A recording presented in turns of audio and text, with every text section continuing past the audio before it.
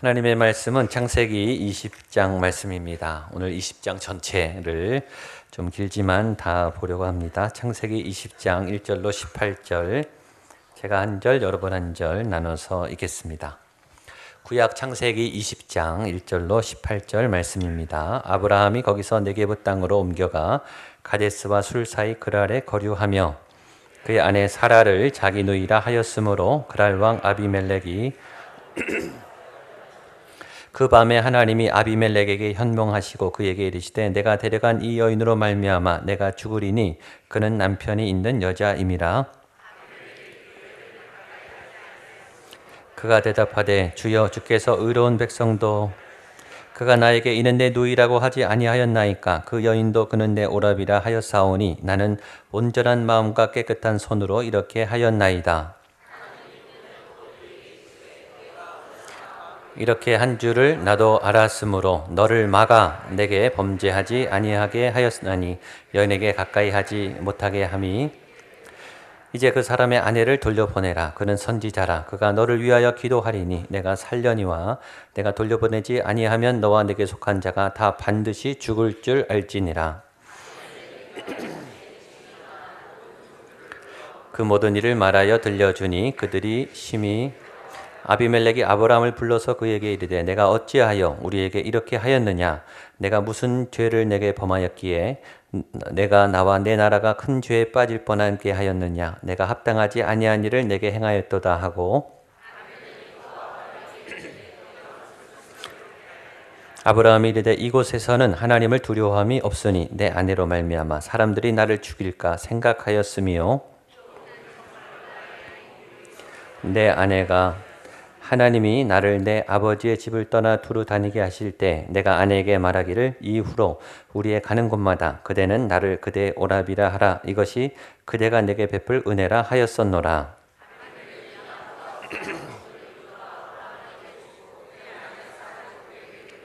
아브라함에게 이르되 내 땅이 내 앞에 있으니 내가 보기에 좋은 데로 거주하라 하고 내가 은 1000개를 내 오라비에게 주어서 그것으로 너와 함께 한 여러 사람 앞에서 내 수치를 가리게 내 일이 다 해결되었. 아브라함이 하나님께 기도하며 하나님이 아비멜렉과 그의 아내와 여종을 치료하사 출산하게 하셨으니 여호와께서 이왕에 아브라함의 아내 사라의 일로 아비멜렉의 집의 모든 태를 다주셨음이더라. 오늘의 주제는 아브라함의 어떤 사명 그리고 실수 에 관한 이야기입니다. 오늘 주제가 타협하는 선지자, 기도하는 선지자. 선지자가 생존과 타협하는 그런 일들도 있고 또 다시 기도하는 자리로 가는 그런 장면입니다. 생존이냐 사명이냐 이게 오늘 주제예요. 여러분 어디 자리에 있는지 또 어딜 향해 가고 있는지 오늘 물으시는 하나님의 말씀을 잘 듣고 하나님의 그 길로 믿음으로 걸어가시는 여러분 될 수 있기를 축복합니다. 다행인 것은 아브라함이 실수를 하는 거예요. 오늘 아브라함의 실수 장면이 나옵니다. 근데 이 실수가 전에 한 번 했던 실수를 또 해요. 그것이 저에게는 은혜였어요. 아브라함이 실수한 게 좋은 리더가 실수하는 게 저에게는 위로가 됐어요. 이런 분들도 실수를 하는구나. 그러니 얼마나 다행입니까? 아브라함이 그것도 똑같은데 또 넘어지니까 믿음이란 이런 거구나. 내가 넘어져도 또 다시 일어나야 되겠다. 이런 아브라함의 실수를 통해서 또 실수를 막아주시고 또 실수 위에 다시 일어나게 하시고 다시 하나님의 자리로 세워주시는 그 좋으신 하나님, 아브라함의 실수를 덮어주시는 하나님, 우리의 실패를 위로하시는 하나님, 그 좋은 하나님을 오늘 꼭 만나게 되시기를 축복합니다. 먼저 성경은 그 아브라함이 네게부 땅으로 가는 또 실수를 하게 되는 장면으로부터 시작합니다. 1절입니다. 같이 보겠습니다. 시작. 아브라함이 거기서 네게부 땅으로 옮겨가 가데스와 술 사이 그랄에 거류하며. 이 본문상으로는 실수한 것 같지 않은데 뒤에 보면은 실수하죠. 또 아내를 팔죠. 아내한테 아주 못할 일을 2번이나 합니다. 2번만 했겠습니까? 또 얼마나 아내를 상처 주는 일을 또 했겠어요. 인간은 실수하는 존재죠. 또 인간은 실패하는 존재입니다. 완벽하게 다 아주 깔끔하게 모든 일을 잘 처리하고 싶지만 우리의 마음대로 그렇게 되지 않고 우리는 실수해요. 그리고 실패합니다. 한 번에 아장아장 잘 걷는 아이가 어디 있습니까? 한 번에 멋지게 사회 적응을 잘하는 사람이 어디 있습니까? 운전대를 잡자마자 처음 운전을 잘하는 그런 사람이 어디 있습니까? 다 우리는 실수하고 놀라고 당황하고 또 더 놀라운 것은 같은 실수를 또 한다는 거예요. 성경은 그 아브라함의 창피한 실수를 그대로 기록하고 있습니다. 근데 실수가 실수로 끝나지 않고 실패로 끝나지 않고 하나님이 다시 일으켜 세우셔서 더 온전한 길로 나아가게 하시는 그 과정 가운데 있는 거죠. 그래서 어떤 분은 그렇게 말하더라고요. 실패는 원래 없는 거다. 실패는 없는 건데 주저앉으면 실패가 되고 계속 나아가면 그건 실패가 아니다. 실패는 원래 없는 거다. 그러니까 주저앉지 말고 다시 일어나십시오. 이렇게 격려하는 분의 글도 읽은 적이 있습니다. 우리의 실수는 안타까운데 똑같은데 넘어진다는 거예요. 아는데 조심했는데 실수하고 싶지 않은데 어떤 주제에 가면 어떤 상황에 가면 우리는 당황하고 우리 컨디션이 잘 나오지 않고 똑같은 주제에 또 넘어져요. 그래서 더 자신이 실망스럽죠. 내가 이럴 수가, 내가 이런 정도밖에 안 됐는가, 내 믿음이 이 수준밖에 안 됐는가. 오늘 아브라함의 실수는 창세기 12장, 오늘은 20장인데 창세기 12장 10절에 했던 실수와 똑같습니다. 우리 10절 같이 한번 읽어볼까요? 시작. 그 땅에 기근이 들었으므로 아브라함이 그리로 내려갔으니 이는 그 땅에 기근이 심하였음이니라. 12장 10절이에요. 여러분 12장에 아브라함이 처음 나와요. 그리고 하나님이 약속의 땅으로 불러요. 아브라함의 소명장이 12장인데 그 소명을 받고 부르심을 받고 멋지게 갈대 우르를 떠나죠. 멋지게 모든 기반이 있는 첨단 도시를 떠나고 생활에 기반이 있는 모든 재산을 남겨놓고 갈대 우르를 떠나서 가나안 땅으로 가요. 약속을 향해 비전을 향해 멋지게 출발했어요. 출발하자마자 기근이 있었죠. 그리고 갈등 없이 거기서 떠나서 도망을 가요. 우리는 시작은 잘한단 말이죠. 시작은 멋지게 헌신도 하고 약속도 하고 버리는 것도 잘 버리고 하나님 앞에 그렇게 잘 떠납니다. 계속 잘했으면 얼마나 좋겠습니까? 근데 아브라함도 떠나자마자 도착하자마자 시작하자마자 바로 꼬꾸라져요. 근데 거기에는 합당한 이유가 있죠. 이 10절에 보면 그 땅에 기근이 들었으므로 모든 것을 다 내려놓고 하나님만을 믿고 하나님의 복을 믿고 내가 너를 창대하게 하고 복을 주고 자녀를 별과 같이 해주고 내가 다 보장해 줄게. 근데 갔더니 그게 아닌 거예요. 기근이 온 거예요. 그게 하나님이 약속을 어긴 것 같으니까 바로 도망을 가죠. 우리의 실수에는 이유가 있어요. 저와 여러분들이 실패한 데는 이유가 있어요. 우리의 믿음이 무너진 데는 이유가 있는 거죠. 기근이 왔기 때문이에요. 어려움이 생겼기 때문이에요. 하나님이 미리 말해주지 않은 예상하지 않았던 그런 고난에 닥쳤기 때문이죠. 예상했던 고난이 왔으면 오케이. 그 정도는 괜찮아요. 또 예상하지 못했더라도 내가 감당할 수 있는 정도면 괜찮아요. 근데 이 기근은 아브라함에겐 버거운 기근이었다는 거죠. 자기만 사는 게 아니라 가족도 살아야 되기 때문에 어쩔 수 없는 가장으로서의 이유 있는 도망이었다라는 거죠. 우리의 실수에는 이유가 있습니다. 우리가 하나님의 자리를 떠나는 데는 이유가 있어요.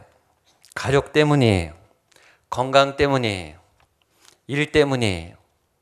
어떤 사람 때문이에요. 어떤 중요한 자존심 때문이에요. 어떤 이유가 있고 그 이유는 타당합니다. 어떤 이유는 타당해요. 실수할 수밖에 없었고 실패할 수밖에 없었고 믿음을 내려놓을 수밖에 없었던 이유가 있었을지 모르겠어요. 그러나 오늘 하나님은 우리에게 물어보시는 거죠. 정말 그러냐 이거예요. 다른 사람은 속아 넘어가지고 다른 사람은 넘어갈지 모르겠지만 정말 여러분의 그 이유가 하나님 앞에서 합당하냐 이거죠. 저와 여러분은 알아요. 그게 핑계인지 진짜 이유인지. 우리의 많은 실수와 많은 믿음의 실패 안에는 불신앙이 있어요. 우리가 믿음을 붙잡았다가 믿음을 놓치는 우리 개인의 어떤 영적인 문제가 있다고요. 베드로가요, 풍랑이는 배를 떠나서 예수님을 향해 걸어갔어요. 누구도 해보지 않은, 그냥 바다가 아닌, 잔잔한 바다가 아닌 풍랑이 치는 바다 위를 맨발로 걸어왔다고요. 아무도 안 해봤어요. 어떻게 걸어갈 수 있었는가? 예수님을 보고, 풍랑을 보지 않고 예수님을 정확하게 보고 갔을 때 기적이 일어났죠. 그러다가 풍랑을 보니까 텀벙 빠졌어요. 근데 여러분, 베드로가 배를 떠날 때 말이에요. 배를 떠날 때 예수님을 바라보면서 배에서 출발할 때 풍랑이 없어진 말이에요. 그때도 풍랑이 있었죠. 그때도 이유가 있었어요. 그렇죠? 그때 풍랑이 없었던 게 아니에요. 그때도 풍랑이 있었는데 그때는 풍랑이 문제가 되지 않았어요. 왜냐? 예수님만 봤기 때문이죠. 근데 문제가 되지 않았던 그 문제가 중간에, 예수님을 따라서 중간에 갔을 때 예수님을 안 본 거예요. 그리고 풍랑을 봤어요. 그랬더니 그전에는 안 무서웠던 풍랑이 무서워진 거예요. 그게 진짜 아닙니까? 저와 여러분이. 여기 앉아 계신 분 중에 이런 기도를 과거에 해보신 분이 있을 거예요. 하나님, 내가 다 드리겠습니다. 내가 완전히 헌신하겠습니다. 내 남은 생애를 주님을 위해 살겠습니다. 주님 말씀을 따라, 믿음을 따라 가겠습니다. 여러분, 그때 고난이 없었나요? 그때 문제가 다 해결됐나요? 그때 현실적인 고통이 없었습니까? 그렇지 않아요. 그때는 오히려 더 힘들 수 있었어요. 아니, 지금보다 더 어려웠을 때 우리는 그런 놀라운 헌신의 순수한 기도를 드릴 수 있었을 거예요. 근데 지금은 오히려 더 형편이 낮이고 그때 고난만큼 그렇지 않은데 우리의 믿음은 넘어지고 있다는 거죠. 창세기 12장에는 아브라함이 애굽으로 갔던 이유를 정확하게 기록해요. 기근이 있었기 때문입니다. 근데 오늘은 보면 아브라함이 왜 네겝으로 이사를 갔는지 이유가 안 나왔어요. 여러분, 그게 궁금하지 않습니까? 그러면 그럴 만한 이유가 있었겠지. 다른 이유가 있었겠지. 하나님 왜 이유를 기록하지 않았을 거라고 생각해요? 저는 이렇게 해석했어요. 알면 창피하니까. 그거 적어놓으면 더 창피한 거예요, 사실은. 여러분, 하나님이 우리의 의도를 이렇게 다 들춰내면요, 우리 할 말이 없어요, 사실. 정체가 탄로 나는 거 아니겠습니까? 그런데 분명한 사실은 아브라함이 하나님의 인도함을 받고 간 거는 아니라는 건 알아요. 왜냐? 아브라함이 12장부터 하나님의 인도를 받을 때는 반드시 하나님이 먼저 나타나셨어요. 하나님이 어딘가를 계획했을 때는 하나님이 먼저 나타나셨어요. 그리고 하나님이 인도해 줬어요. 아니면 아브라함의 기도를 먼저 했어요. 여러분, 여기 1절에 어디 아브라함이 기도했다던가 하나님이라는 말이 나옵니까? 안 나오죠. 그 말은 뭐예요? 자기가 간 거예요. 기도하지 않고.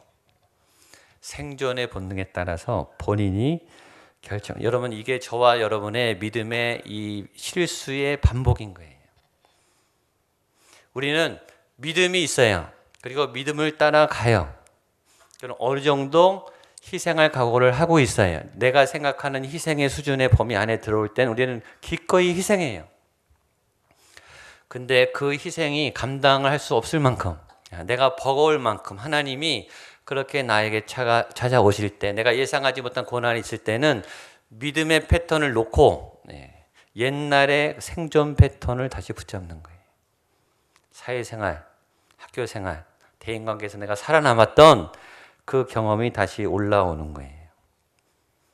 이게 저와 여러분의 반복적인 패턴의 원인이에요. 여러분, 여호수아가 여리고 성을 무너뜨려서 철옹성에, 지금도 천연의 요새입니다. 어떤 이 군대도 침공을 못했어요. 난공불락이에요. 근데 하나님이 함께 할 때 여리고 성이 무너졌어요. 그 여리고성과 비교도 안 되는 작은 아이성의 그 다음에서 무조건 박살이 났어요. 여호수아가 여리고성을 무너뜨린 그 철의 군대가 아이성 조그만 성읍에서 다 무너졌다고요. 이유는 하나예요. 성경은 얘기해요. 여호수아가 하나님께 물어보지 않았어요. 그냥 올라간 거예요. 그냥 올라가면 위험한 거죠. 하나님께 묻고 가면 안전한데. 어떤 분들이 이렇게 말해요. 내가 기도했는데 넘어졌어요. 기도했는데 이런 비참한 참혹한 결과가 나왔어요. 그런 분들은 둘 중에 하나입니다. 하나는 그건 하나님이 일부러 하게 하신 거예요. 일부러 주신 고난이에요. 사도행전처럼 믿음 있는 사도들이 고난을 받고 불련단을 받고 불시험을 받고 죄가 없는 요셉이 다니엘의 핍박을 받은 것처럼 하나님이 큰 것으로 쓰시려고 여러분들을 지금 연단하시는 앞으로의 계획이 있으니까 그런 분들은 기대하세요. 그냥 견디시면 돼요. 그러나 또 하나, 내가 열심히 기도하고 정말로 헌신했는데 나에게 이런 치명적인 실패가 왔다. 그런 분들은 자기의 기도를 돌아보셔야 돼요. 왜냐? 그 기도가 어떤 기도냐 이거죠. 정말 하나님의 원대로, 아버지의 원대로 했던 기도냐, 나의 원대로 했던 기도냐 이거예요. 여러분, 나의 원을 가지고도 열심히 기도합니다. 철야로 기도해요. 금식으로 기도하는 분들 많아요. 근데 나의 원대로 기도해요. 여러분, 그게 무슨 기도입니까? 나의 원대로 하는 게 무슨 기도냐고요. 아버지의 뜻대로 하는 게 기도죠. 오늘 본문에 적용하면 이런 거예요. 네겝으로 갈 거를 아브라함이 정해놓고 기도하는 거예요. 애굽으로 갈 거를 정해놓고 그 다음에 하나님 알아서 하라는 거예요. 그건 기도가 아니에요. 네겝으로 갈 것부터 물어봐야 되는 거죠. 그게 기도이죠. 우리가 어디서 넘어지는가? 우리가 어디서 믿음이 실패하는가? 오늘 아브라함이 우리를 보여주고 있습니다. 그렇게 한번 넘어지니까 또 반복을 합니다. 2절입니다. 2절 말씀 보겠습니다. 시작.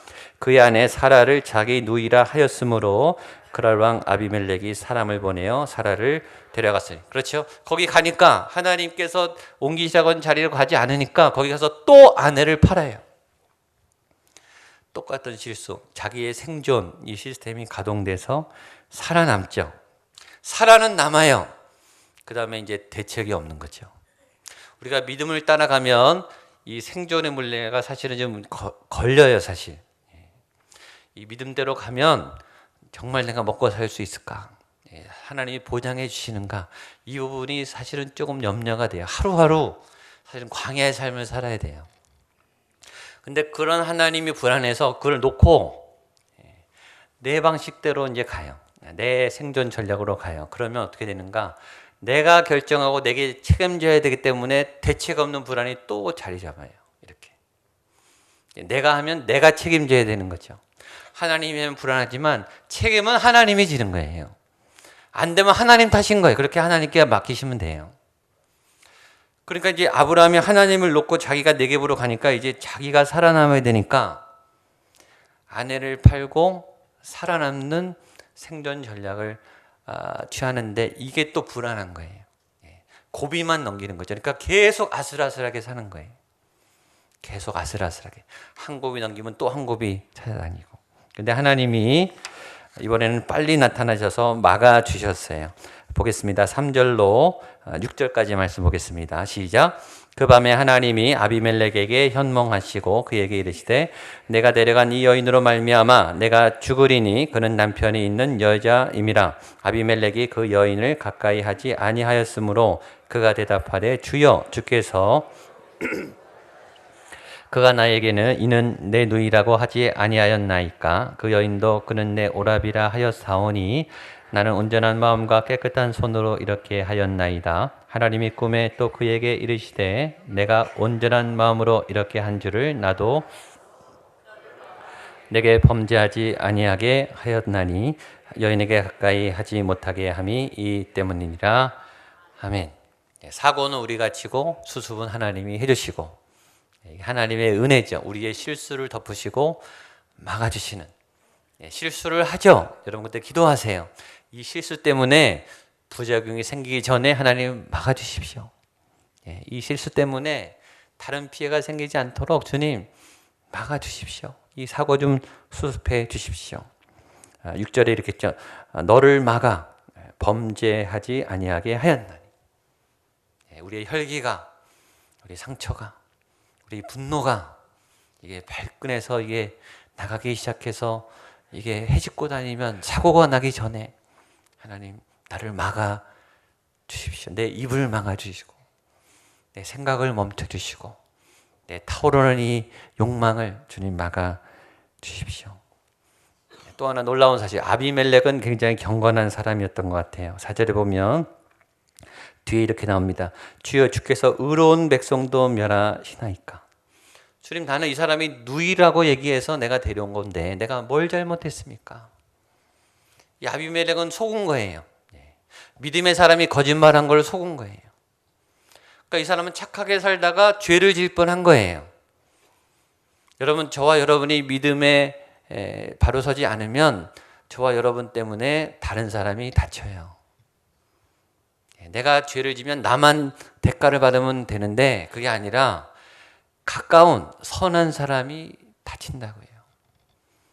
내가 죄를 범하면 우리 가정이 다치죠. 나만 다치는 게 아니죠. 내가 죄를 범하면 내 주변에 이웃이 피해를 봐요. 그러니까 우리가 더욱더 조심을 해야 돼요. 하나님이 이걸 다 막아주신 거죠. 그리고 마지막 중요한 메시지, 하나님이 아브라함을 선지자로 다시 세우십니다. 우리 7절 말씀 같이 보겠습니다. 시작. 이제 그 사람의 아내를 돌려보내라. 그는 선지자라. 그가 너를 위하여 기도하리니 내가 돌려보내지 아니하면 너와 내게 속한 자가 다 반드시 17절 18절입니다. 시작. 아브라함이 하나님께 기도하매 하나님이 아비멜렉과 그의 아내와 여종을 치료하사 출산하게 하셨으니 여호와께서 이왕에 아브라함의 아내 사라의 일로 아비멜렉의 집에 모든 태를 다듬으셨더라. 이게 오늘 핵심 메시지예요. 여러분, 왜 하나님이 아브라함을 그 잘 사는 그 평안한 풍성한 갈대아 우르에서 꺼집어내셨나? 왜 가나안에 그 촌동네로 보내셨는가? 이유가 있는 거예요. 잘 먹고 잘 살 수 있지만 왜 하나님이 꺼집어내셔서 리더로, 영적 리더로, 선지자로 세우셨는가? 선지자로. 선지자 여기 나오죠. 선지자는 기도하는 사람이다. 그가 너를 위하여 기도하리니. 하나님의 통로로 세움받는 사람이다. 아비멜렉은 왕이었고 부자였고 권력이 있었지만 그의 가정에는 아픔이 있었어요. 태가 다쳤고 가족에 환자들이 있었어요. 그래서 아브라함을 통해서 기도하는 자로, 중보하는 자로, 위로하는 자로 세우기 위함인 거예요. 그래서 아브라함의 본질은 선지자인 거예요. 선지자. 말씀을 전하고 아픈 자들의 눈물을 닦아주고 위로해주고 기도해주는 선지자, 사명자. 이것이 아브라함의 본질인 거예요. 아브라함이 빌어먹고 살고 타협하고 살고 아내를 팔아서 너 생존하라 이렇게 살라고 한 게 아니란 말이죠. 회사에 가서 살아남으려고, 퇴출당하지 않으려고, 어떻게든 남아있으려고 아둥바둥 그렇게 치열하게 대부분 살죠. 그러나 왜 회사에 나를 보냈을까? 왜 이 회사에 나를 보냈을까? 사명이 있다는 거죠. 거기에 힘든 분들, 어려운 분들, 위로가 필요한 분들, 기도가 필요한 분들에게 내가 통로가 돼서 어떤 기도를, 영적인 은혜를, 하나님의 그 마음의 평강을 주는 어떤 통로로 세움받기 위해서 해야 할 사명이 있다는 거예요. 여러분, 회사에 살아남으려고 버티려고 들어가는 것과 그렇게 사명이 있어서 가는 것이 얼마나 다릅니까? 태도가 달라요. 물론 그렇게 한다는 게 너무 어렵다는 걸 알아요. 버티기도 힘든데 어떻게 위로의 마음이 여유가 생깁니까? 어렵죠. 어려워요. 그러나 저와 여러분에게는 사명이 있는 거예요.